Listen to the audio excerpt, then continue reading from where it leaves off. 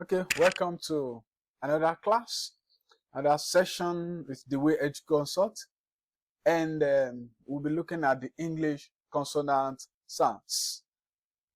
Consonant sounds are different from the vowel sounds, and I believe that at the end of this class, you are expected to be able to describe the consonant sounds and to identify the consonant sounds. And specifically, we're also going to present a table or the consonant chart to you in this class. And what are consonant sounds? They are produced with the blockage of air at one point or the other at the buccal cavity. What do we actually mean? By the time the air is being released or being popped out from the pulmo, don't forget at the introductory class, or the lung, it gets to the mouth, and at the mouth, or what we call buccal cavity, two organs of speech could come in contact in order to block the air. Now, at the process of blocking the air, you produce what we call consonant sounds. It may be the tongue blocking the air by touching the alveolar, it may be the lower lips touching the upper teeth in order to block the air, either totally or partially. It may be the upper and the lower lips blocking the air at one point or the other. By the time that occurs, we have what we call a consonant sounds. Also, you need to note that there are 24 consonant sounds. Let me present this table to you so that you can look at it, and while we are articulating or producing each of those sounds, you see that at the mouth there is an obstruction one way or the other. Look at this table. You will see at the vertical angle, you see things like plosive, affricate, fricative, nasal, lateral, approximant, or semi-vowels. Those ones are the manners of articulation which you are still going to consider later on in subsequent classes. At the horizontal axis, you see labels such as bilabial, labiodental, dental, alveolar, palatoalveolar, or some call it palatoalveolar, but it could be also called palatoalveolar. You see palatal, you see velar, you see glottal. Much explanation will be given to this under the places or points of articulation. That is, where do you have the two organs of speech or speech organs coming in contact to partially or totally block the air before the air is being released in order to have the consonant. Now, looking at this table, you have under plosives, you have 6 sounds. You have pa, pa. Can you say it after me? Pa, right? Then you have ba, ba. Now, you see that the two sounds are similar, but one is voiceless, one is voiced. We are still going to consider it under the state of the glottis as a parameter for describing the consonant. Just follow me. Under the alveolar, still dealing with plosives, you have t, you have d, right? Under the velar, still dealing with plosives, you have k, you have g. Take note of those sounds. Believe you could see that. Now, under the affricate, you have 2 of them. You have ch, ch, ch, and then you have g, g, g, g. You also have, under affricates, you have 9 consonant sounds under it. The ones which are under the labiodental, that is, you are using your upper lips and your teeth in order to, the lower lips and the upper teeth placed on each other, as in, so you have v, you have the, you have s, you have s, you have sh, you have sh, and you have h. You pronounce the last one, when maybe there is hot yam in your mouth, or you are trying to, to gargle water.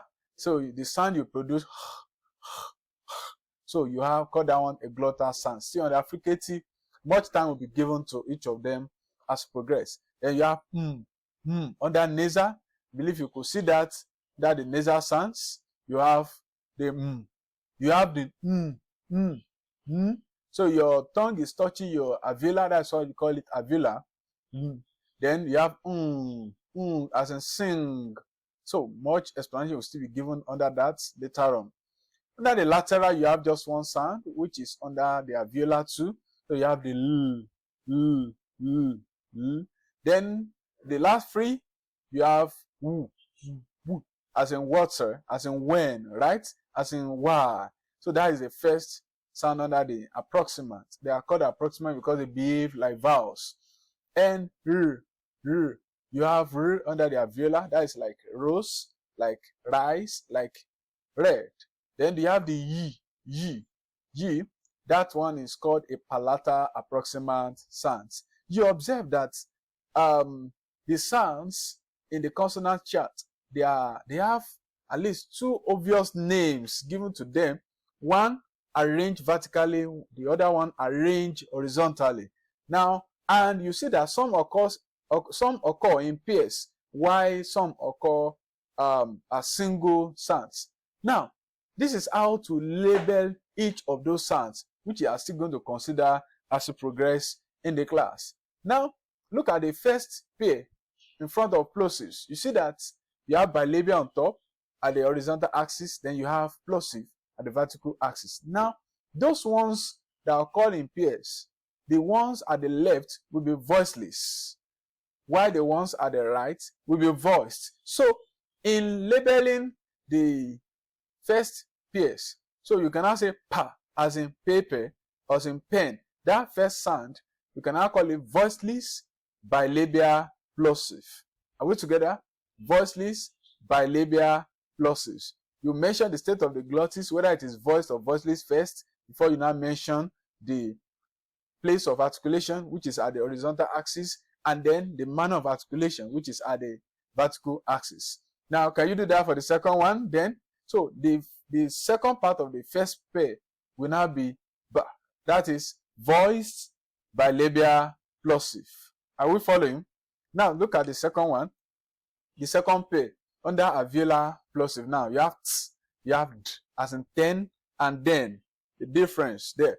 Now what as in ten will be voiceless, alveolar, plosive. The da as in then, as in daddy, will be voiced, alveolar, plosive. Can you try that for the last pair under plosive? There we have k and g, and g. The ones at the left will be what? Is it going to be voice or voiceless? Yeah, voiceless. While the other one at the right will be what? Voice. So you then have voiceless, velar, plosive. While the one at the right will be what? Voice, velar, plosive. Yeah, you are getting it. Can you try the same thing for the ones under affricates? You know you have two sounds there. The two pairs, left and right. The one at the left will be called what? Yeah, voiceless, palato-alveolar, affricate. While the ones at the right will be called what? Voiced, palato-alveolar, affricate. Yeah, good. Can you do the same thing for the fricatives? Fricatives, the first pair, that is what?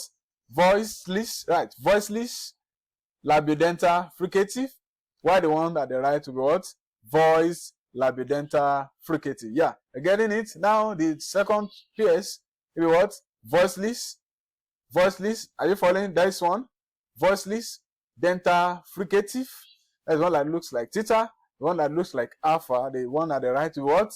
Voiced, dental, fricative. Yeah, you're getting it. Now, but the last one under the fricative, which is under glottal fricative at your extreme right, that one that looks like letter H. Now, that sound occurs alone and it is voiceless. Voiceless. It has no voice counterpart. So, it's now going to be what? Voiceless, glottal fricative. Voiceless, glottal fricative. However, because it does not have voice counterpart, you may just say glottal fricative without adding whether it is voice or voiceless. However, the other ones, starting from nasals, the free ones under the nasals, one under the lateral, and the free in the approximant or semivowels, those ones occurring alone, not in pairs, they are all voiced. So all those ones not occurring in pairs are all voiced, except the which is glottal fricative. So other ones, the nasal, the bilabial nasal, the alveolar nasal, the velar nasal, the alveolar lateral, the bilabial approximant, the alveolar approximant, and the palatal approximant. I believe you remember them.